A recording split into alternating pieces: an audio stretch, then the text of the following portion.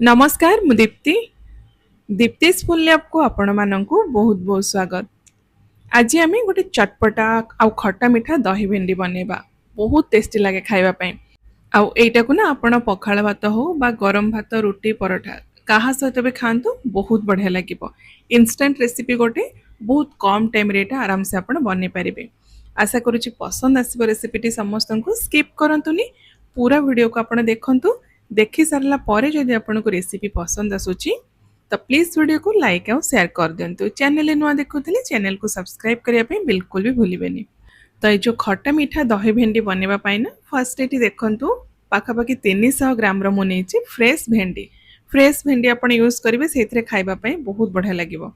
तो भेंडी को फर्स्ट आपण पूरा परिष्कार करके धोई देबे तापर गोटे सफा किचन टावल रे तार जो एक्स्ट्रा पानी को पोछि देबे। तापर भेंडी रो दुई पट साइड काटिकी बाहर करदेबे। आउ जदि बड़ साइज रो भेंडी थिबो लंबा थिबो भेंडी ताले ताको एमती दुई खंड करके काटि देबे।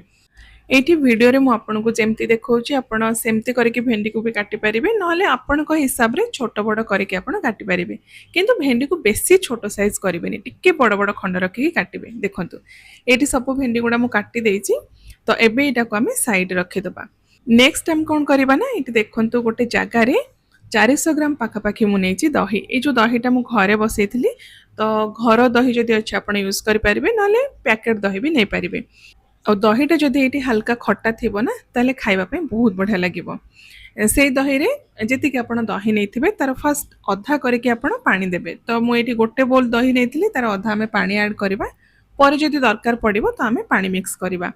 तापर 2 छोटे चम्मच मु एठी ब्राउन सुगर नेची आपण ता जगह रे रेगुलर चीनी भी यूज करि परिबे।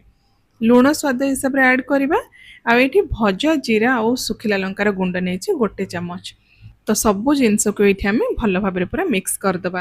हैंड बीटर जदि घरे अछि आपण सेइथरे मिक्स करंतु भल भाबरे दही आपनकर मिक्स हे जिवो। एठी मते लागिला दही टिके बहलिया अछि तो सेति पय आ टिके पानी ऐड करूची। आपनका हिसाब रे आपन को जेत्ते की कंसिस्टेंसी दही रे दरकार से हिसाब रे पानी मिक्स करबे। देखंतु एति की कंसिस्टेंसी मु रखिछि बेसी बहलिया नहीं कि बेसी पतला भी नहीं। तो एबे हम कौन करबा ना गोटे कड़े रे पाखापाखि 2 बड़ चम्मच गरम करबा सोरिष तेल। मते जेहेतु सोरिष तेल टिके भल लागे खाइबा पई सेति पई सोरिष तेल यूज करिछि। आपन को जदि पसंद नहीं ता जगह रे आपण रिफाइन तेल नै परिबे। तो तेल टिके गरम हे सला परे सेतिरे गोटे चम्मच पंच फुटण अल्प हिंगु पाखापाखि 1/4 चम्मच हिंगु ऐड करबा। आ एठी अल्प किछि भृसंग पत्र दे देबा। सुखिला लंका 2 रो 3टा एथिरे मिक्स करबा। कंचा लंका भी आपण या जगह रे छोट छोट खंड करके काटिके दे परिबे। तापरे जो भेंडी सब को आमे काटी के रखिथिले से सब भेंडी को आमे एथरे मिक्स कर दबा।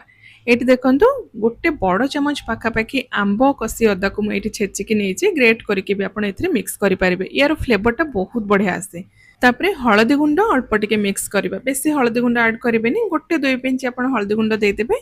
तापरे लंका गुंड आपण को स्वाद हिसाब रे आपण ऐड करिबे। मु एटी काश्मीरी लंका गुंड नेची आपण राग लंका गुंड भी नै पारिबे।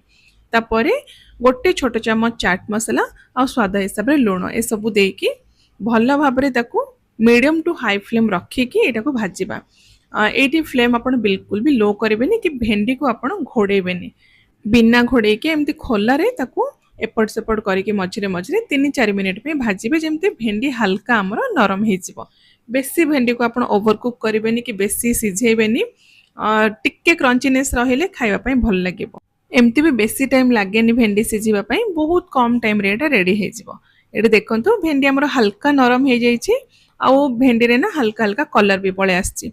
तो एबे गैस रो फ्लेम को हमें बंद कर दबा। आउ ए जो भेंडीटा को टिक्के ठंडा होबा पई छाडी दबा। आउ जेतेबेले भेंडी हमर ठंडा हे जिवो तापरे जो दही रे हमें मसला गुंडा सब मिक्स करके रखिथिले सेथिरे हमें मिक्स कर दबा। आउ एठी गोटे जिंस आपण मने रखिबे गरम गरम जो भजा भेंडी को आपण दही सहित बिल्कुल भी मिक्स करिवेनी नहल कोन होबे ना दही आपनकर फाटी जिवो बा छिंडी जिवो।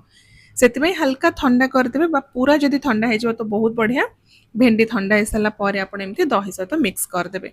ऊपर आउ टिके एमती चाट मसला भजा जीरा गुंड और लंका गुंड देकी ताको हमें सर्व करबा। तो एटा को आपण पूरा गरम गरम भात हो बा पखाळ भात रोटी परोठा सबुथिरे खाई परिबे। बहुत टेस्टी लागेबो खाइबा पई। इंस्टेंट रेसिपी गोटे कम टाइम रे भी आपण बनै पारिबे आ एकदम चटपटा फ्लेवर आ टेस्ट यार रहइबो। निश्चय आपण थरे ए प्रोसेस रे खट्टा मीठा चटपटा दही भेंडी थरे बनांतु। केमती लागिला आपणकर मतामत मो सहित निश्चय शेयर करंतु। ମୁଁ ଆଉ ଥରେ ଆପଣମାନଙ୍କ ପାଇଁ ଗୋଟେ ବହୁତ ହି ବଢ଼ିଆ ନୂଆ ରେସିପି ନେଇକି ଆସିବି। Till then take care and bye bye.